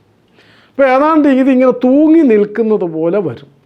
അങ്ങനെ നിന്നിട്ട് ഒരു 1 അല്ല 2 3 മിനിറ്റ് ഇങ്ങനെ നിൽക്കുമ്പോഴേക്ക് ഈ ബാലൻസ് പൊട്ടി ഇങ്ങനെ ആടാൻ തുടങ്ങും. ആടുമ്പോൾ ഒന്നും ചെയ്യാൻ പറ്റില്ല, കാല് കൂട്ടി കെട്ടിയിരിക്കല്ലേ. അങ്ങനെ ഈ ആടി തളർന്ന് വീഴും. കാവടി ആടുക എന്ന് പറഞ്ഞാൽ അതാണ് കാവടിയാട്ടം. അങ്ങനെ കമഴ്ന്നടിച്ച് വീണ് അത് കഴിഞ്ഞ് അഴിച്ചു വിടും. അതുപോലെ മനുഷ്യപ്പന്ത് കളി. കുറേ പോലീസുകാർ വട്ടത്തിൽ നിൽക്കും, ഒരാളെ നടുക്ക് നിർത്തിയിട്ട് തൊഴിക്കുക, പന്തടിക്കുന്നത് പോലെ അടിക്കുക ചവിട്ടുമൊക്കെ ചെയ്യുക, കാലുകൊണ്ടുള്ള പ്രയോഗം. അത് ഈ പോലീസുകാരുടെ കാല് കഴയ്ക്കുന്നതാണ് അതിൻ്റെ കണക്ക്, നിർത്താനുള്ള കണക്ക്. അല്ലാണ്ട് അയാൾ ജീവിച്ചോ ചത്തോ അയാൾക്ക് ബോധമുണ്ടോ എന്നുള്ളത് വിഷയമല്ല. വേറെ ഒന്ന് ലൈൻ ട്രീറ്റ്മെൻറ്റ് എന്നാണ് വേറൊരു പ്രയോഗത്തിൻ്റെ പേര്. പോലീസുകാരിങ്ങനെ 2 വരിയായിട്ട് നിൽക്കും, എന്നിട്ട് ഒരാളെ ഇങ്ങനെ ഈ അറ്റത്തു നിന്ന് അങ്ങോട്ട് നടത്തിക്കും. അപ്പോൾ ഈ 2 സൈഡിൽ നിന്നുള്ള പോലീസുകാർ അവർക്ക് എന്താണോ തോന്നുന്നത്, ഇടിക്കണോ, മോന്തയ്ക്ക് ഇടിക്കണോ, ചവിട്ടണോ, കുത്തണോ, കഴുത്തിന് വെട്ടണോ, പെടലിക്ക് വെട്ടണോ എന്നൊക്കെയുള്ള അവർ അങ്ങേ അറ്റം വരെ ഇത്രയും പോലീസുകാർ ചെയ്ത് കഴിയുമ്പോഴേക്കും അവിടെ പോയിട്ട് വീഴുകയാണ് വേറെ മാർഗമുള്ളൂ. വേറെ ഒരു ക്രൂരമായ മർദ്ദനം എന്ന് പറയുന്നത് പട്ടിപ്പൂട്ട് എന്നാണ് ഇതിന് പറയുന്നത്. അത് 2 പേരെ പൂർണ്ണ നഗ്നരാക്കി പുറം തിരിച്ച് നിർത്തും. എന്നിട്ട് കുനിയാൻ പറയും. കുനിയാൻ പറഞ്ഞിട്ട് അടിയിലൂടെ കൈ എടുക്കാൻ പറയും. എന്നിട്ട് 2 തരത്തിലാണ്. ചിലപ്പം മറ്റേ ആളിൻ്റെ ലിംഗത്തിൽ പിടിക്കാൻ പറയും, പുറത്ത് നിൽക്കുന്ന ആൾ തിരിച്ചു അങ്ങോട്ടും ഇങ്ങോട്ടും വലിക്കാൻ പറയും. അല്ലെങ്കിൽ കൈകൾ കോർത്ത് പിടിച്ചിട്ട് അങ്ങോട്ടും ഇങ്ങോട്ടും വലിക്കൽ കുറവാണെന്ന് തോന്നിയാൽ പോലീസുകാർ അടിക്കും. അപ്പോൾ പിന്നെ വീണ്ടും ബലമായിട്ട് അവർക്കങ്ങനെ ചെയ്യേണ്ടി വരും. അങ്ങനെ പൊട്ടിയോ ഒക്കെ ആയിട്ട് അവർ വീണു പോകും. ഇത് ആണ് വേറൊരു തരം മർദ്ദനത്തിൻ്റെ രീതി. അതായിരുന്നു വേറെ അതിലും ക്രൂരമായൊരു സംഗതി പോലീസുകാർ തന്നെ ചെയ്യുന്നതാണ്.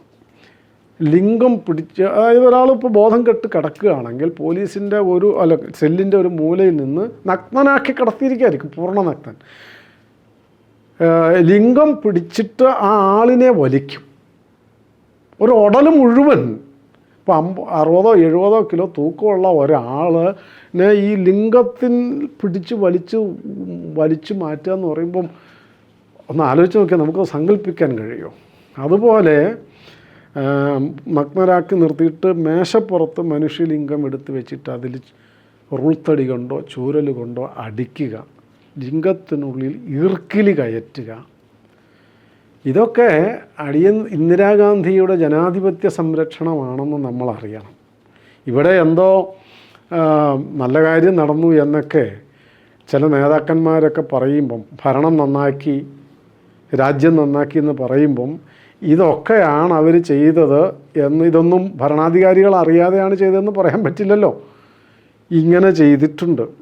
രോമം ചവണ കൊണ്ടോ കൈ കൊണ്ടോ പറിച്ചെടുക്കാം. മീശ, പുരികത്തിൻ്റെ രോമം, നെഞ്ചിലും സ്വകാര്യ ഭാഗങ്ങളിലുമൊക്കെയുള്ള രോമം പറിച്ചെടുക്കുക, അത് വേറൊരു രീതിയായിരുന്നു. ഫാനിൽ കെട്ടി ഫാൻ കറക്കും. അപ്പോൾ ഫാനിൽ ഇങ്ങനെ കടന്ന് തൂങ്ങി, ഈ സർക്കസിലൊക്കെ കാണുന്ന പോലെ ഫാനിൽ കടന്ന്, ഇത് വന്നുകൊണ്ട് ഫ്രഷായിട്ട് ചെയ്യല്ല, അതിനോടകം മർദ്ദനങ്ങൾ അനേകമേറ്റ് ജീവച്ഛവങ്ങളായ ആൾക്കാരാണ് ഇത് ചെയ്യുന്നത്. വേറെ ഒന്ന് വിമാനം പറപ്പിക്കുക എന്നാണ് പറയുക. ഒന്ന് കാല് കൂട്ടിക്കെട്ടും, കൈകൾ രണ്ടും പുറകിൽ കൂട്ടിക്കെട്ടും, എന്നിട്ട് പുറകിലൂടെ പുറകോട്ട് വളച്ചിട്ട് കൈകളും ഈ കൂട്ടിക്കെട്ടിയ കൈയും കാലും കൂടി വീണ്ടും കൂട്ടിക്കെട്ടും. അതൊരൊറ്റ കയറിൽ കെട്ടിയിട്ട് മുകളിൽ കപ്പിയിൽ കെട്ടിത്തൂക്കും. അപ്പോൾ അതിങ്ങനെ വളഞ്ഞ് നിൽക്കുമല്ലോ, പുറകോട്ട് വളഞ്ഞിട്ട് ഇങ്ങനെ നിൽക്കും അർദ്ധചക്രാകാരം. എന്നിട്ട് കപ്പിയിലിട്ട് ഈ വലിക്കുകയും പൊക്കുകയും താക്കുകയും ചെയ്യുക, വിമാനം പറപ്പിക്കുക എന്നാണ് പറയുന്നത്. ഇതും ചെയ്തിട്ടുണ്ട്. തല കീഴായി കെട്ടിത്തൂക്കുക, അതിങ്ങനെ പൊക്കുകയും വലിക്കുക, അല്ലെങ്കിൽ കുറേ നേരം അങ്ങനെ കെട്ടിത്തൂക്കി ഇടുക, ആ കൂട്ടത്തിൽ അടി കൊടുക്കുക എന്നുള്ളത്, ഇങ്ങനെയൊക്കെ ചെയ്യും. ഇത് കൂടാതെയും പല പോലീസ് സ്റ്റേഷനിലും വെള്ളം ചോദിച്ച്, ഈ ജീവച്ഛവങ്ങളായി കിടക്കുന്ന ആരെങ്കിലും വെള്ളം ചോദിച്ചാൽ മൂത്രം ഒഴിച്ചു കൊടുക്കുക. പോലീസ് സ്റ്റേഷനിലെ പഴയ കാലത്തെ കക്കൂസ് എന്ന് പറഞ്ഞാൽ പണ്ട് കാലത്ത് ഒരു 30-40 കൊല്ലം മുമ്പത്തെ ബസ് സ്റ്റാൻഡിലെ കക്കൂസിനെ കഴിഞ്ഞും കഷ്ടമായിരിക്കും. ആ കക്കൂസിൻ്റെ ക്ലോസറ്റ് കൈകൊണ്ട് കഴുകിക്കുക, ഇത് പോലീസുകാർ ചെയ്തിരുന്നു. വേറെ ചില സ്ഥലത്ത് ചെയ്തത് നഗ്നരാക്കിയിട്ട് മൂത്രമൊഴിപ്പിച്ച് ഈ മൂത്രത്തിൽ കരി കലക്കി ലിംഗം ഈ ലായനിയിൽ മുക്കി പോലീസ് സ്റ്റേഷൻ്റെ ഭിത്തിയിൽ ഇന്ദിരാഗാന്ധിക്ക് ജയ് എന്ന് മനുഷ്യലിംഗം കൊണ്ട് എഴുതിച്ചിട്ടുണ്ട്, ജനാധിപത്യം സംരക്ഷിക്കാൻ വേണ്ടിയിട്ട്. മറ്റൊന്ന്, ഇപ്പം മലപ്പുറത്തൊക്കെ ചെയ്ത അവിടുത്തെ ആ പ്രവർത്തകരെ ഞാൻ കണ്ടിട്ടുണ്ട്. 2 പേരെ പിടിച്ചിട്ട് ചങ്ങലക്കിടും, 2 ചങ്ങലയിൽ, എന്നിട്ട് ആ 2 ചങ്ങലയും കൂടെ വേറൊരു ചങ്ങലയിൽ കോർക്കും. എന്നിട്ട് തെരുവിലൂടെ ഇങ്ങനെ അടിച്ചും ഒക്കെ കൊണ്ട് നടക്കുന്നത് ഇടയ്ക്ക് പോലീസുകാർ പെട്ടെന്ന് ചങ്ങല വലിക്കും. അപ്പോൾ ഈ 2 ചങ്ങല അപ്രതീക്ഷിതമായിട്ടാണല്ലോ, ഇത് രണ്ടും കൂടെ കൂട്ടിയിടിച്ച് വീഴും, 2 പേര് തമ്മിൽ കൂട്ടിയിടിച്ച് വീഴും. അത് ചെയ്തിട്ടുണ്ട്. അതുപോലെ ഭിത്തിയിൽ അടിയന്തരാവസ്ഥക്കെതിരെ എഴുതിയിട്ടുള്ള ചുവരെഴുത്തുകളുണ്ടെങ്കിൽ ആ ചുവര് നക്കി തുടപ്പിച്ചിട്ടുണ്ട്. പോസ്റ്ററുകൾ നക്കി ഇല്ലാണ്ടാക്കിച്ചിട്ടുണ്ട്. ഡ്രൈനേജിലെ മലമൂത്രങ്ങളും ചെളിയും വൃത്തികേടും മുഴുവൻ ഒഴുകി വരുന്ന നഗരത്തിലെ ഡ്രൈനേജിൽ മുക്കി പിടിച്ചിട്ടുണ്ട് നമ്മുടെ പ്രവർത്തകർ. ഇതെല്ലാം സ്വയം സേവകരാണ് 90% അനുഭവിച്ചിട്ടുള്ളത്. ആ തരത്തിൽ ചെയ്തിട്ടുണ്ട്. ഇത് മലപ്പുറത്തും അങ്ങനെയൊക്കെ ചെയ്തിട്ടുണ്ട്. മറ്റൊന്ന്, ഈ ആലുവയിലൊക്കെ ചെയ്തിട്ടുണ്ട്. പോലീസ് സ്റ്റേഷനിൽ ഈ മർദ്ദനമേറ്റ് ചതഞ്ഞ കൈയോ കാലോ ഒക്കെ ഉണ്ടാവും. അപ്പോൾ അത് വന്നിട്ട് കുറച്ച് ദിവസം കഴിയുമ്പോൾ നീര് കെട്ടി പഴുക്കുമല്ലോ.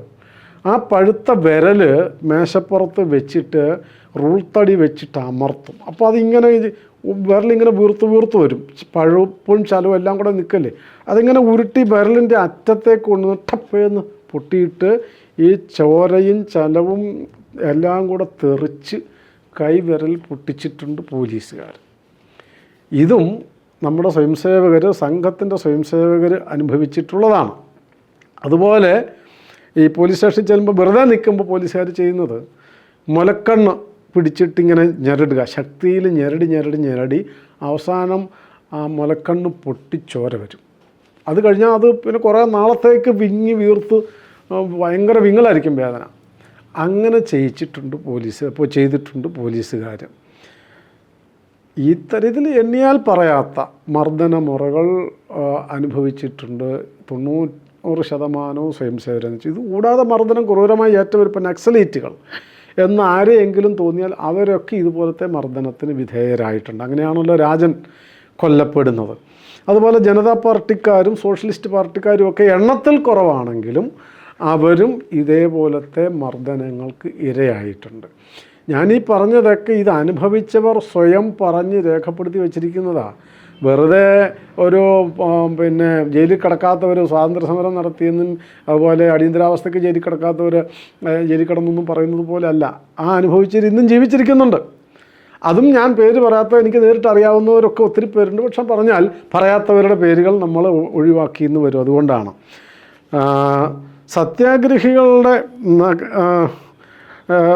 സത്യാഗ്രഹികളെ നഗരത്തിൽ തന്നെ അടിച്ച് ബോധം കെടുത്തി. ഈ സമരം നടത്തുന്ന സ്ഥലത്ത് തന്നെ ഞാൻ പറഞ്ഞിട്ടുണ്ടല്ലോ, അടിച്ച് ബോധം കെടുത്തിയിട്ടുണ്ട്. വീടുകൾ അടിച്ച് തകർത്തിട്ടുണ്ട്. ഇപ്പോൾ ഒരു RSSകാരൻ്റെ വീടാണ്, അല്ലെ അയാൾ സത്യാഗ്രഹിയാണെന്ന് തോന്നി ആ വീട്ടിലേക്ക് പോലീസുകാർ പാതിരാത്രിയിൽ ഇരച്ച് കയറും. ആ വീട്ടിലുള്ളവരെ മുഴുവൻ മർദ്ദിക്കും. അത് പ്രായം നോക്കാതെ സ്ത്രീകളാണോ ഗർഭിണികളെ മർദ്ദിച്ചിട്ടുണ്ട്. സമരം നടത്തിയ എറണാകുളം ഏലൂർ FSCT ജംഗ്ഷനിൽ സമരം നടത്തിയ ഒരു അമ്മയെ പെരുവഴിയിലിട്ട് പോലീസുകാർ മർദ്ദിച്ചിട്ടുണ്ട്. അത് പിന്നെ സമരം നടത്തിയിട്ടാണ് നോക്കി. ഇത് വീട്ടിൽ കിടക്കുന്ന രോഗികളായ അല്ലെങ്കിൽ വികലാംഗരായ അല്ലെങ്കിൽ ഗർഭിണികളായ വൃദ്ധരായ ആൾക്കാരെയൊക്കെ ഈ പറഞ്ഞതുപോലെ പോലീസുകാർ വീട് കയറി മർദ്ദിച്ചിട്ടുണ്ട്. ക്രൂരമായ മർദ്ദനങ്ങൾ അവരേറ്റിട്ടുണ്ട്. ആലപ്പുഴ ഞാൻ ഒരു സ്ഥലം പറയുന്നില്ല, കാസർഗോഡ് വികലാംഗനെ വരെ അടിച്ച് അവശരാക്കിയിട്ടുണ്ട്. അത്ര ക്രൂരമായി മർദ്ദിച്ചിട്ടുണ്ട്. നിരവധി പേര് മരിച്ചിട്ടുണ്ട്. ഭാരതത്തിലും മരിച്ചിട്ടുണ്ട്. കേരളത്തിൽ മാത്രം 2000-ലധികം പേര് ജീവിതം തകർന്നു പോയവരുണ്ട്. എന്നുവെച്ചാൽ മരിച്ചില്ല, പക്ഷേ ജീവിച്ചിരിക്കുന്നത് തന്നെ ഏതാണ്ട് വേദന അനുഭവിച്ചുകൊണ്ട് ജീവിതകാലം മുഴുവൻ മരിച്ച ആൾക്കാരുണ്ട്. ഇപ്പോഴും അങ്ങനെ എല്ലാ കാലത്തേക്കും കേൾവി നഷ്ടപ്പെട്ടവരുണ്ട്, കാരണം അടിച്ച് തകർത്തിട്ട്. അതുപോലെ താടി തിരിഞ്ഞു പോയവരുണ്ട്. ഇപ്പോൾ ജീവിച്ചിരിക്കുന്നുണ്ട് അത്തരം ആൾക്കാർ. മുഴുവൻ പല്ല് പോയ കണ്ടിട്ടില്ലേ? അങ്ങനത്തെ ആൾക്കാരുണ്ട്. കാഴ്ച നഷ്ടപ്പെട്ടവരുണ്ട്. ജീവിതകാലം മുഴുവൻ അത്രക്കാരൊക്കെ മരിച്ചു തുടങ്ങിയിട്ടുണ്ട്. അത്തരം സർവ്വതും തകർന്നു പോയവർ, ഒരിക്കലും എഴുന്നേക്കാൻ പറ്റാണ്ട് പോയവർ, നടക്കാൻ പറ്റാണ്ടായവർ, ഇരുന്ന് മലമൂത്ര വിസർജനം നടത്താൻ പറ്റാതെ മരണം വരെ കഴിഞ്ഞവർ ഒക്കെ ഉണ്ട്. അങ്ങനത്തെ ഒത്തിരി ആൾക്കാർ. ഇപ്പം വൈക്കം ഗോപൻ ചേട്ടൻ്റെയൊക്കെ ഞാൻ ആ പേര് ഒരെണ്ണമായിട്ട് പറയണ്ടല്ലോ എന്ന് വെച്ചിട്ടാണ്. ചിലർ കണ്ടിട്ടുണ്ടാവും, ഒരുപക്ഷെ കണ്ടിട്ടുണ്ടല്ലോ. അദ്ദേഹം ഇരിക്കാൻ പറ്റില്ല, കക്കൂസിൽ ഇരിക്കാൻ പറ്റാതെ എത്ര കാലം ജീവിച്ചു എന്നൊന്ന് ആലോചിച്ച് നോക്കിയാൽ. കാലൊക്കെ ഇങ്ങനെ വീങ്ങിയിട്ട് അദ്ദേഹത്തിൻ്റെ ഈ പ്രശ്നമൊക്കെ ഓപ്പറേറ്റ് ചെയ്ത് 2 തവണയായിട്ട് മാറ്റിയതാണ്. അങ്ങനെ ഞാൻ ഒരു ഉദാഹരണം പറഞ്ഞിരുന്നു മാത്രം. ഇനി പറയാൻ പോയാൽ ഒത്തിരി പേരുടെ പേരുകൾ ഒഴിവാക്കേണ്ടി വരും. അങ്ങനത്തെ 100 കണക്കിന് ആൾക്കാർ കേരളത്തിൽ മാത്രം ഉണ്ടായിട്ടുണ്ട് എന്നർത്ഥം. അടിയന്തരാവസ്ഥ കാലത്തും ശേഷവും 2 കൂട്ടരുടെ ഈ പ്രവർത്തനം, ഇവരെയാണ് ഈ ഡോക്ടർമാരും വൈദ്യന്മാരും ഒക്കെ അവരുടെ സ്വന്തം മക്കളെ നോക്കുന്നത് പോലെ ചികിത്സിച്ചെടുത്ത കാര്യങ്ങളും ഉണ്ട്. ഈ മർദ്ദനത്തിൻ്റെ ഞാനിതിൻ്റെ ഒരു 1000-ലൊരു അംശമേ പറഞ്ഞിട്ടുള്ളൂ സത്യത്തിൽ. അങ്ങനെ ഒന്ന് ആലോചിച്ച് നോക്കാം. നമ്മളതിനൊന്ന് മനസ്സുകൊണ്ടൊന്ന് വിഷ്വലൈസ് ചെയ്തതാണ്. നമുക്ക് താങ്ങാൻ പറ്റില്ല. ഈ നഗ്നരാക്കി നിർത്തുകയും ഈ പറഞ്ഞ നീചമായ മർദ്ദനമുറകൾ നമുക്ക് സങ്കല്പിച്ചാൽ, അത് എൻ്റെ അമ്മയാണെങ്കിൽ, എന്നെയാണെങ്കിൽ, എൻ്റെ അച്ഛനെയാണെങ്കിൽ, എൻ്റെ മകനെയാണെങ്കിൽ, സഹോദരിയാണെങ്കിൽ എന്നൊക്കെ സങ്കല്പിച്ചാൽ നമുക്കെങ്ങനെ താങ്ങാൻ പറ്റും എന്നുള്ളത് ആലോചിക്കേണ്ടതാണ്. മർദ്ദനത്തിൻ്റെ കാര്യം ഞാൻ അത്രയും പറഞ്ഞ് അവസാനിപ്പിക്കാം. പിന്നെ ഇതിന് ശേഷം ഈ തരത്തിലുള്ള ഇങ്ങനെ സമരം നടത്തി ഒരു തരത്തിൽ എങ്ങനെ അടിച്ചമർത്തിയാലും കൊന്നു തീർത്താലും ഇതിനെ അതിജീവിക്കാൻ കഴിയില്ല, അധികാരം കൊണ്ടു നടക്കാൻ കഴിയില്ല എന്ന് ഇന്ദിരാഗാന്ധിക്ക് ബോധ്യപ്പെട്ടപ്പോഴാണ് അവർ അവസാനം തീരുമാനിച്ച് 1977 അവർ ജനുവരി 18 പ്രഖ്യാപിച്ചു. മാർച്ച് മാസം തെരഞ്ഞെടുപ്പ് നടത്താൻ തീരുമാനിച്ചിരിക്കുന്നു എന്ന് പറഞ്ഞു. അത് ജനുവരി 18 പറഞ്ഞത്. അപ്പോൾ ലോകസംഘർഷ സമിതിയുടെ, എന്നിട്ട് അവരവിടെ അവസാനിപ്പിച്ചില്ല. ലോകസംഘർഷ സമിതിയുടെ ഈ മൊത്തം പ്രവർത്തനത്തിൻ്റെ ഒരു ആ സമയത്ത് സംഘത്തിൻ്റെ രഹസ്യമായി പ്രവർത്തിക്കുന്ന കോർഡിനേറ്റർ മാധവറാവു മൂളേജി എന്ന് പറയുന്ന സംഘപ്രചാരകൻ, അദ്ദേഹത്തിനെ ആളയച്ചു, സംസാരിപ്പിച്ചു, സഹായിക്കണം. ഇന്ദിരാഗാന്ധി ആവശ്യപ്പെട്ടത് സഹായിക്കണം, നിങ്ങളുടെ നിരോധനം മാറ്റാം. RSSനെ നിരോധിച്ചിരുന്നല്ലോ ഇതിനിടയ്ക്ക്. ജൂലൈ 13 ഇന്ന് ജൂലൈ 3 RSSനെ നിരോധിച്ചിരുന്നു. അപ്പോൾ RSSൻ്റെ നിരോധനം മാറ്റാം, നിങ്ങൾ ഞങ്ങൾക്ക് അനുകൂലമായിട്ട് നിന്നാൽ മതി. അപ്പോൾ മൂളേജി സംഘത്തിൻ്റെ അധികാരിമാരോട് അത് നേരത്തെ ആലോചിച്ചിട്ടുണ്ടല്ലോ, പറഞ്ഞത് RSSൻ്റെ നിരോധനം മാറ്റാനല്ലല്ലോ ഈ സമരം, ഇത് ഈ രാജ്യത്തിന് സ്വാതന്ത്ര്യം വീണ്ടെടുക്കാൻ വേണ്ടിയിട്ടാണ്. ഞങ്ങളുടെ സ്വാതന്ത്ര്യമല്ല വിഷയം, രാജ്യത്തിൻ്റെ സ്വാതന്ത്ര്യമാണ്.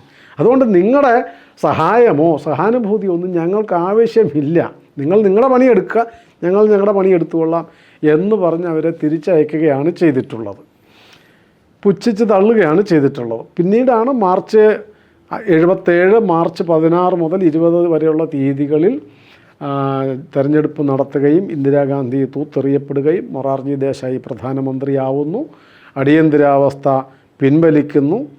ഇതിൽ ഒരു കൺക്ലൂഷൻ പോലെ പറയേണ്ട ഒരു പോയിൻ്റ് എനിക്ക് തോന്നിയത്, ഈ ജനാധിപത്യം സംരക്ഷിക്കും എന്ന് നമ്മൾ വിചാരിക്കുന്നതാരാണ്? രാഷ്ട്രീയ പാർട്ടികളാണല്ലോ, അവരാണല്ലോ ജനാധിപത്യത്തിൻ്റെ വക്താക്കളും പ്രയോക്താക്കളും, അധികാരത്തിൽ വരുന്നവരും മാറി മാറി അവരാണ്. അവരിൽ ഒരു നല്ല ശതമാനവും ഈ സമയത്ത് മിണ്ടാതെ കുത്തിയിരുന്നു എന്നുള്ളത് ജനാധിപത്യത്തിൻ്റെ സുരക്ഷ ഇവരുടെ കൈകളിൽ എത്രമാത്രം ഉണ്ടാകും എന്നുള്ളതിൻ്റെ ഒരു ചൂണ്ടുപലകയാണ്. ആരാണ് യഥാർത്ഥത്തിൽ ജനാധിപത്യത്തെ സംരക്ഷിക്കുന്നവർ എന്ന് പഠിക്കേണ്ടതാണ് എല്ലാവരും. അതുപോലെ പത്രങ്ങളും ബുദ്ധിജീവികളും, പത്രങ്ങളാണല്ലോ 4-ാം തൂണെന്നോ എന്തൊക്കെയാണ് പറയുന്നത്, ഇപ്പോൾ 4 ലിംഗക്കാരെന്നെന്താണ് അവരെ പറയുന്നതെന്ന് തോന്നുന്നു. 4-ാം തൂണെന്ന് പറയുന്നത്, ജനാധിപത്യത്തിൻ്റെ 4-ാം തൂണെന്ന് പറയുന്ന പത്രക്കാരിൽ ഒരു ചെറിയ ശതമാനം ഒഴിച്ച് ബാക്കി ആൾക്കാരൊക്കെ മിണ്ടാതിരിക്കുകയായിരുന്നു ചെയ്തത്. പിന്നെ ജനങ്ങളെ പ്രബുദ്ധരാക്കുന്നത് ആരാ? ശരിക്കും ജനങ്ങളെ, സമൂഹത്തിനെ പ്രബുദ്ധമാക്കുന്നത്, ജനങ്ങളെ നേർവഴിക്ക് നയിക്കുന്നത്, രാജ്യത്തെ പ്രബുദ്ധതയിലേക്ക് നയിക്കുന്നു എന്നൊക്കെ അവകാശപ്പെടുന്നത് ബുദ്ധിജീവികളാണ്. ഇൻ്റലക്ച്വൽ കോർ അവരാണല്ലോ, ക്രിയേറ്റീവ് മൈനോറിറ്റി എന്നൊക്കെ പറയുന്നത്. ആ ന്യൂനപക്ഷമാണ് ജനങ്ങളെ നേർവഴിക്ക് നയിക്കേണ്ടത്, സജ്ജരാക്കേണ്ടത്. അവരൊക്കെ കുണ്ടിലൊളിച്ചു എന്ന് വേണമെങ്കിൽ പറയാം. ഒരു വാക്യരൂപത്തിൽ പറയണമെങ്കിൽ ഈ അടിയന്തരാവസ്ഥയുടെ പാഠം എന്നുള്ളത്, ജനാധിപത്യവാദികൾ എന്ന് പറയുന്നവർ ഫാസിസ്റ്റുകളായിട്ട് മാറി, ജനാധിപത്യ സംരക്ഷകർ ഫാസിസ്റ്റ് വിരുദ്ധർ എന്ന് പറയുന്നവർ ഫാസിസ്റ്റുകളുടെ മൂടുതാങ്ങികളായി അധപ്പതിച്ചു. വിപ്ലവകാരികളെന്ന് കൊട്ടിഘോഷിച്ചവരൊക്കെ വെറും ചൊറിത്തവളകളാണ് എന്ന് തെളിയിച്ചു. മാധ്യമങ്ങൾ എന്ന് അവകാശപ്പെട്ട് ജനാധിപത്യ സംരക്ഷകരായ മാധ്യമങ്ങൾ എന്ന് പറയുന്ന മിക്കവാറും പേര് ഈ ഫാസിസത്തിൻ്റെ കുഴലുത്തുകാരായി അധപ്പതിച്ചു പോയി. ദേശീയവാദികളായ ചില രാഷ്ട്രീയക്കാരും ജനസംഘം എന്ന മുഖ്യ രാഷ്ട്രീയ പാർട്ടിയും ഒരു പാർട്ടി പ്രവർത്തനത്തിലുമില്ലാത്ത RSSും മാത്രമായിരുന്നു ഈ ജനാധിപത്യത്തെ, സ്വാതന്ത്ര്യത്തെ വീണ്ടെടുക്കാൻ വേണ്ടി ഉണ്ടായിരുന്നുള്ളൂ എന്നുള്ള പാഠം. ആരാണ് രാജ്യത്തിന് ആപത്ത് വരുമ്പോൾ കാവലുണ്ടാവുക, ആരാണ് യഥാർത്ഥത്തിൽ ജനാധിപത്യത്തെ സംരക്ഷിക്കുക, ആരാണ് യഥാർത്ഥത്തിൽ മനുഷ്യാവകാശത്തെ സംരക്ഷിക്കുക, ആരുടെ കൈകളിലാണ് ജനാധിപത്യവും ഭരണഘടനയും സ്വതന്ത്രമായി ഇരിക്കുക എന്നുള്ളതിൻ്റെ, ഇന്നീ ഭരണഘടന ഞങ്ങളാണ് അങ്ങ് സംരക്ഷിച്ച് കളയും എന്ന് വീമ്പളക്കുന്നവരുടെ മുമ്പിൽ ചോദിക്കേണ്ട, നിങ്ങൾ എവിടെയായിരുന്നു എന്ന് ചോദിക്കണം. ഈ അടിയന്തരാവസ്ഥ കാലത്ത് 20 മാസക്കാലം എവിടെയായിരുന്നു എന്ന് ഉത്തരം പറയാൻ അവർ ബാധ്യസ്ഥരാ. ബുദ്ധിജീവികളുടെ പ്രകൃതം എന്തായിരുന്നു എന്ന് ഞാൻ പറയാം. ഒരു ഉദാഹരണം മാത്രം. ഒന്ന്, MF ഹുസൈൻ നമ്മൾ കേട്ടിട്ടുണ്ട്, ചിത്രകാരൻ. അദ്ദേഹം ഇന്ദിരാഗാന്ധിയെ ദുർഗ ആയിട്ടാണ് വരച്ചത്. ഒന്ന്. കേരളത്തിലെ ബുദ്ധിജീവികളിൽ ഏറ്റവും പ്രധാനപ്പെട്ട ആളാണല്ലോ സുകുമാർ അഴീക്കോട്. അദ്ദേഹം പറഞ്ഞത് 1976 വീക്ഷണത്തിൻ്റെ വാർഷിക പതിപ്പിൽ എഴുതിയതാണ്, വെറുതെ പറഞ്ഞതല്ല. നമ്മുടെ ഇന്നത്തെ അടിയന്തരാവസ്ഥയെ ഒന്ന് പരിശോധിച്ച് നോക്കുക. സ്വാതന്ത്ര്യം നേടിയതിനു ശേഷം കൈവന്ന അവസരങ്ങൾ ഉപയോഗിച്ചുകൊണ്ട് നമ്മുടെ ആർത്ഥികവും ഭരണപരവും സാമൂഹികവുമായ പ്രശ്നങ്ങൾ പരിഹരിക്കുന്നതിൽ നാം പരാജയപ്പെട്ടുകൊണ്ടേയിരുന്നപ്പോൾ ഉണ്ടായി വന്ന പ്രതിസന്ധിയെ നേരിടാൻ ഇന്ത്യൻ ജനത കൈക്കൊണ്ട ധീരവ്രതത്തിൻ്റെ പേരാണ് അടിയന്തരാവസ്ഥ. ആർത്ഥികവും ഭരണപരവുമായ സാമൂഹികവുമായ പ്രശ്നങ്ങൾ പരിഹരിക്കുന്നതിൽ ആര് പരാജയപ്പെട്ടപ്പോൾ? കോൺഗ്രസ് പരാജയപ്പെട്ടപ്പോൾ, ഇന്ദിര പരാജയപ്പെട്ടപ്പോൾ എന്നാണ് പറയേണ്ടിയിരുന്നത്. അതിനെ പരിഹരിക്കാൻ വേണ്ടി ഇന്ത്യൻ ജനത കൈക്കൊണ്ടതാണ് അടിയന്തരാവസ്ഥ. അതിൻ്റെ പേരാണ് അടിയന്തരാവസ്ഥ. ഇനി നമുക്ക് വേറെ അവസരം കിട്ടില്ല. ഇത് അവസാനത്തെ അവസരമാണ്. ഏതിന്? രാജ്യം നന്നാക്കാൻ കിട്ടിയ അവസാനത്തെ അവസരമാണ് അടിയന്തരാവസ്ഥ എന്ന് നമ്മളെല്ലാവരും ആദരിക്കുന്ന സുകുമാർ അഴീക്കോടാണ് ഇങ്ങനെ പറഞ്ഞതെങ്കിൽ ബാക്കി ബുദ്ധിജീവികൾ എവിടെയായിരുന്നു എന്ന് നമുക്ക് ആലോചിക്കാവുന്നതേ ഉള്ളൂ. അതുകൊണ്ട് ഈ അടിയന്തരാവസ്ഥയുടെ ക്രൂരതകളും ജനാധിപത്യ വിരുദ്ധത, ഭരണഘടനാ വിരുദ്ധത, ഫാസിസ്റ്റ് എന്താണോ ജർമ്മനിയിൽ ഹിറ്റ്ലർ ചെയ്തത് അതിൻ്റെ തനിപ്പകർപ്പ്, മുഖം മാത്രം മാറ്റിയാൽ മതി ഇന്ദിരാഗാന്ധി കോൺഗ്രസ് പാർട്ടി എന്നുള്ളത്. എന്നിട്ട് ഇതെന്തോ നല്ല കാര്യം ചെയ്തു എന്ന് പറഞ്ഞ് പഠിപ്പിക്കാൻ ഇപ്പോഴും ശ്രമിക്കുന്ന കപട ബുദ്ധിജീവികളും വിഡ്ഢികളുടെ നാട്ടിലാണ് നമ്മളിപ്പോൾ മലയാളികളിരിക്കുന്നത്. അതുകൊണ്ട് രാജ്യത്തിന് ഏതെങ്കിലും കാലത്ത് ഗുരുതരമായ ഈ അടിയന്തരാവസ്ഥയുടെ നിയമത്തിൽ പറയുന്നത് ഗുരുതരമായ ഒരു അടിയന്തരാവസ്ഥ രാജ്യത്തിനുണ്ടായാൽ ആ സന്ദർഭത്തിൽ ആരെ ഉണ്ടാകൂ എന്നുള്ളതിൻ്റെ തെളിവാണ് അടിയന്തരാവസ്ഥ വിരുദ്ധ പ്രക്ഷോഭവും ഈ പ്രവർത്തനത്തിൻ്റെ നെറ്റ്വർക്കും. ഇത് എല്ലാവരും അറിയുകയും പഠിക്കുകയും ചെയ്യേണ്ടതാണെന്നാണ് എനിക്ക് തോന്നുന്നത്.